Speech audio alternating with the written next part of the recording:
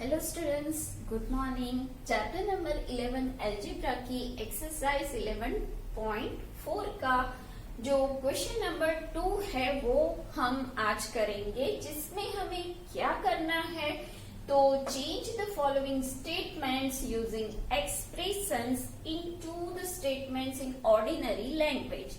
तो नीचे जो आपको स्टेटमेंट्स दिए हैं उसमें एक्सप्रेशन का यूज हुआ है, जो निकाल कर हमें एक ऑर्डिनरी सिंपल लैंग्वेज में स्टेटमेंट्स लिखने हैं। तो यहाँ पर है a book cost ₹P, a book cost ₹3P। तो इन दोनों को हम कंपेयर करेंगे तो क्या लिखेंगे? The cost of a book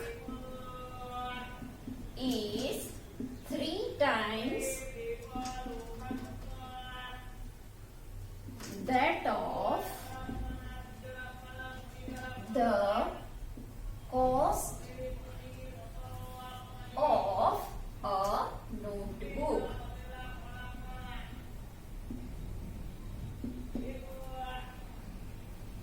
तो बुक की कॉस्ट कितनी है? 3 टाइम्स। किसके कंपेयर में? नोटबुक के कंपेयर में। तो ये हो गया हमारा ऊपर का आंसर। अब है बी, जिसमें है Tommy puts Q marbles on the table. Tommy ने क्यू मार्बल्स को टेबल पे रखा है। He has 8 Q marbles in his box. तो उसके बॉक्स में 8 क्यू मार्बल्स है। तो ये ऐसे होगा कि टॉमी के पास 8 क्यू मार्बल्स है, जिसमें से उसने क्यू मार्बल को टेबल पर रखा है। तो हम क्या लिखेंगे यहाँ पर? Tommy's box contains 8 times marbles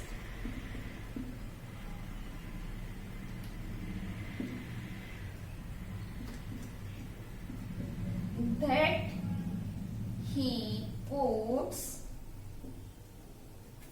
on the table। इसका मतलब है उसके पास 8 टाइम्स जितने मार्बल्स है, जिसमें से उसने क्यू जितने मार्बल, या तो उसने जितने मार्बल्स रखे हैं टेबल पर उससे 8 टाइम्स उसके पास बॉक्स में है। तो ये हो गया हमारा सेकेंड नंबर का आंसर। अब है डी। सी मैंने नहीं किया है, वो इजी ही है। तो सी और ई आपको खुद बनाना है। अब डी है Jaggu is Z years old, his uncle is 4Z years old and his aunt is 4Z minus 3 years old। तो पहले हम जग्गू और उसके अंकल की कंपैरिजन करेंगे। तो पहले हम अंकल को लेंगे। क्या लिखेंगे? जग्गूस uncle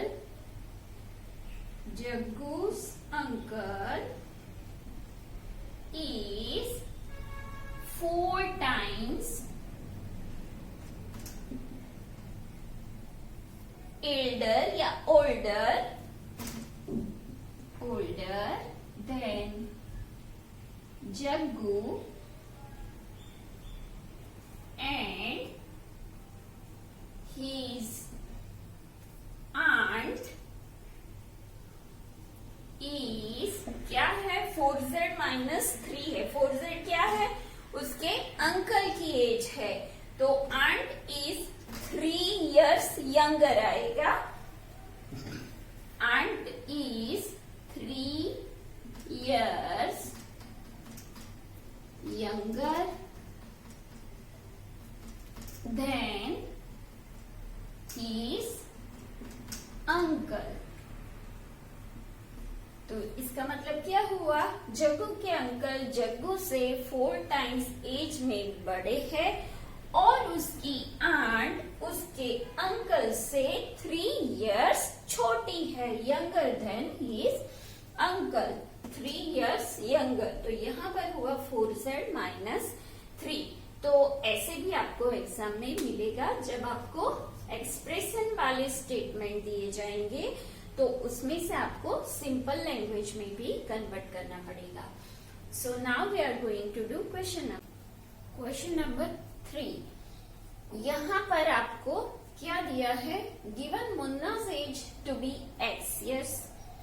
Can you guess what x minus 2 may show? क्या दिखाता है x minus 2? Think for Munna's younger brother. तो ये चीज हम उसके छोटे भाई के लिए गैस कर सकेंगे. Can you guess what x plus 4 may show?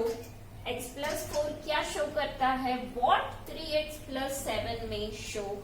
तो ये हम लोगों ने आगे ये सारे एक्सप्रेशन किए हुए हैं, सम भी उसके किए हैं, तो हमें पता है.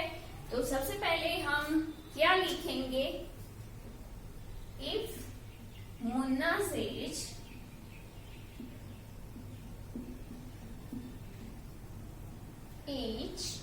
be x years. ठीक है. अब x माइनस 2 के लिए हम उसके छोटे भाई को इमेज करेंगे. Then x minus 2 may show his younger brother's age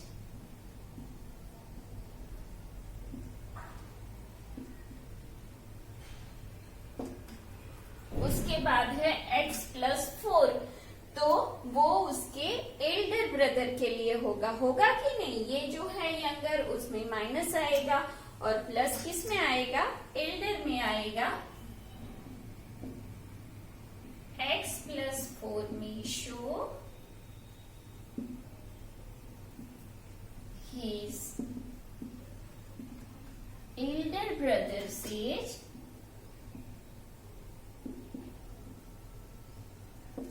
और ये जो है 3x plus 7, x में 3 टाइम्स हुआ है.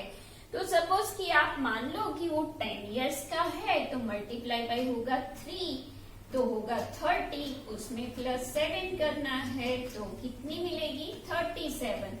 तो इतनी एज तो किसकी हो सकती? या तो मम्मी की या तो पापा की. तो हम यहाँ पे क्या लिखेंगे? And 3x plus 7 may show his mother's age.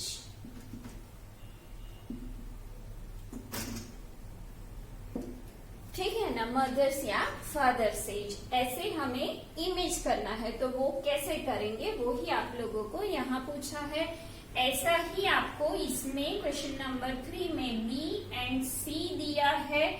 तो आपको वही इमेज करके लिखना है कि सपोज इसकी एज x है, एल्डर की इतनी है, यंगर की इतनी है, मदर की इतनी है. वही आपको करना है और कुछ नहीं करना है. तो ये दोनों भी आपका होमवर्क ही है. तो ये क्वेश्चन नंबर 3 का है. क्वेश्चन नंबर 2 में मैंने क्या दिया है? C and E. ये आपका होमवर्क है. तो यहाँ पर आपकी एक्सरसाइज 11.4 खत्म हो गई है. इसके बाद का जो टॉपिक है वो है इक्वेशन. तो हम अब उसे समझें. अब है इक्वेशन. इक्वेशन किसे कहेंगे हम? तो an equation is a condition on variable. उसमें वेरिएबल का यूज होता है, ऐसी एक कंडीशन है.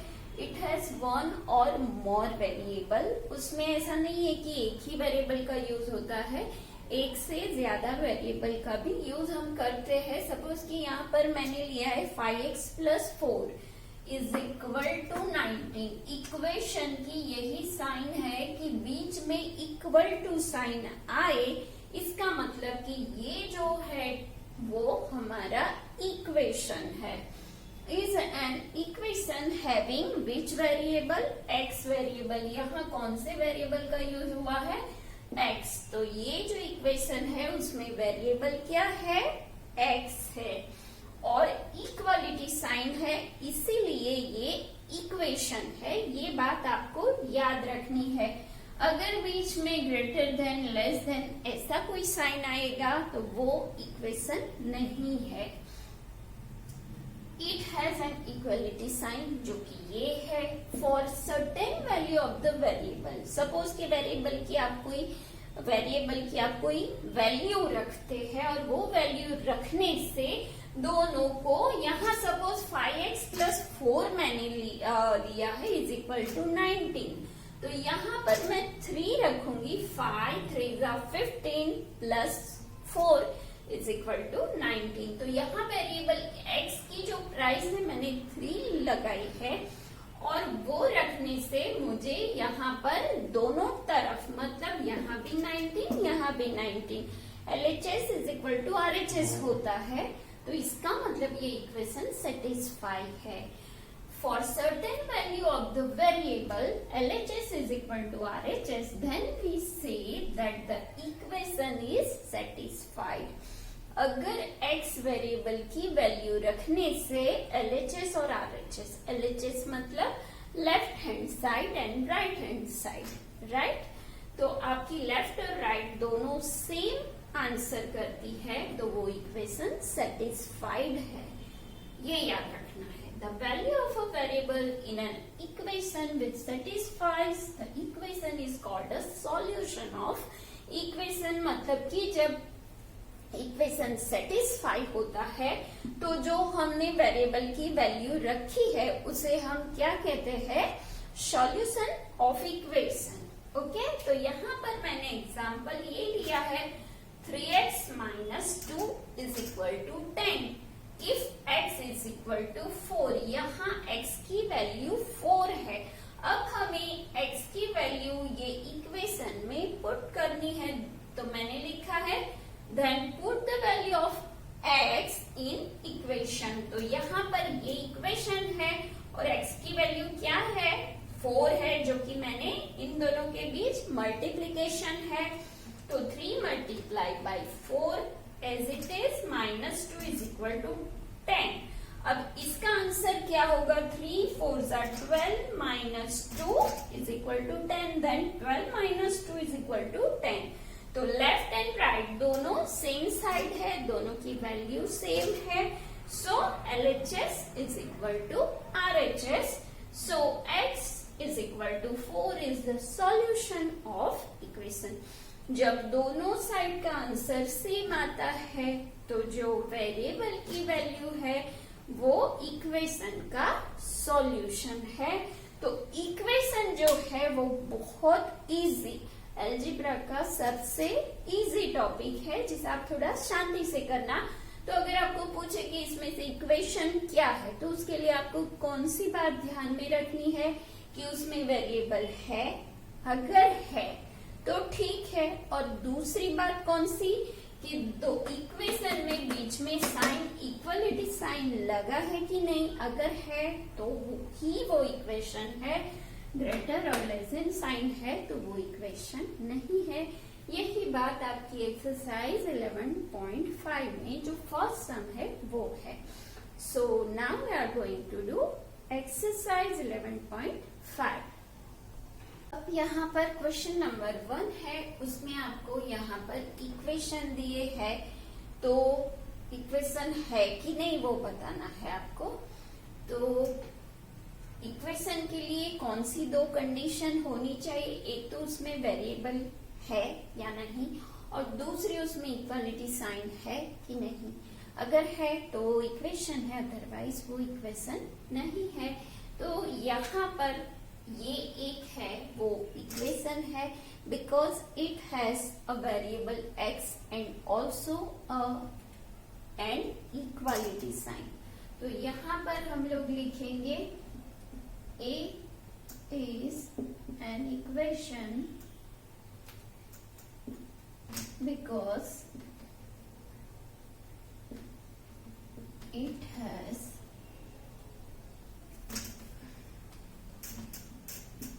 variable x and also an equality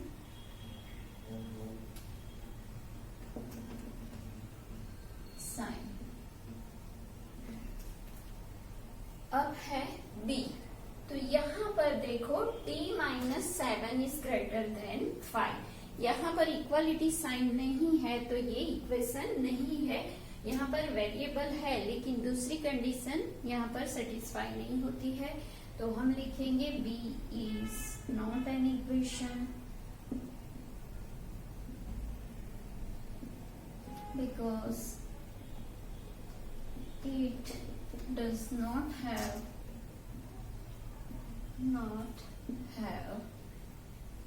an equality sign। तो ये एक बहुत ही इजी बात है जो आप पूरी लिख ही सकते हैं। यहाँ पर क्या है 4/2 इज इक्वल टू 2, तो यहाँ पर वेरिएबल नहीं है।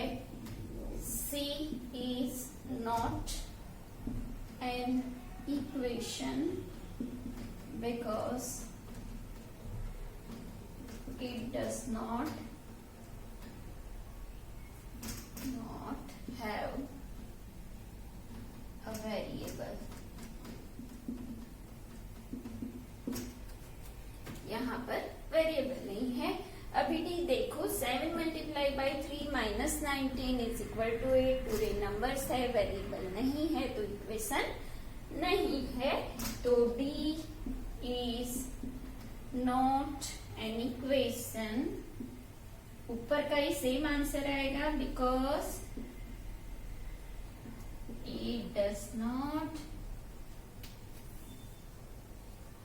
Have a variable. ठीक है, अब last 5 × 4 - 8 is equal to 2x, तो यहाँ वेरिएबल भी है और इक्वल टू साइन भी है, तो E is an equation because it follows both condition of an equation। क्योंकि ये दोनों कंडीशन फॉलो करता है तो ये इक्वेशन है। तो ऐसे आपको बहुत सारे हैं, मैंने यहाँ पर 5 ही आपको कराए हैं, रिमेनिंग जो है वो आपको कंप्लीट करना है। बहुत इजी है, हर बार ये लिखना जरूरी नहीं है, लेकिन ये 5 मैंने किए हैं, 5 तो आपको लिखने ही पड़ेंगे कि ये क्यों इक्वेशन है और क्यों नहीं है। तो रिमेनिंग जो है क्वेश्चन नंबर 1 का पार्ट वो भी आपका आज का होमवर्क है। तो आज के वीडियो में इतना करेंगे, नेक्स्ट वीडियो में हम रिमेनिंग एक्सरसाइज कंटिन्यू करेंगे। तब तक के लिए बाय बाय।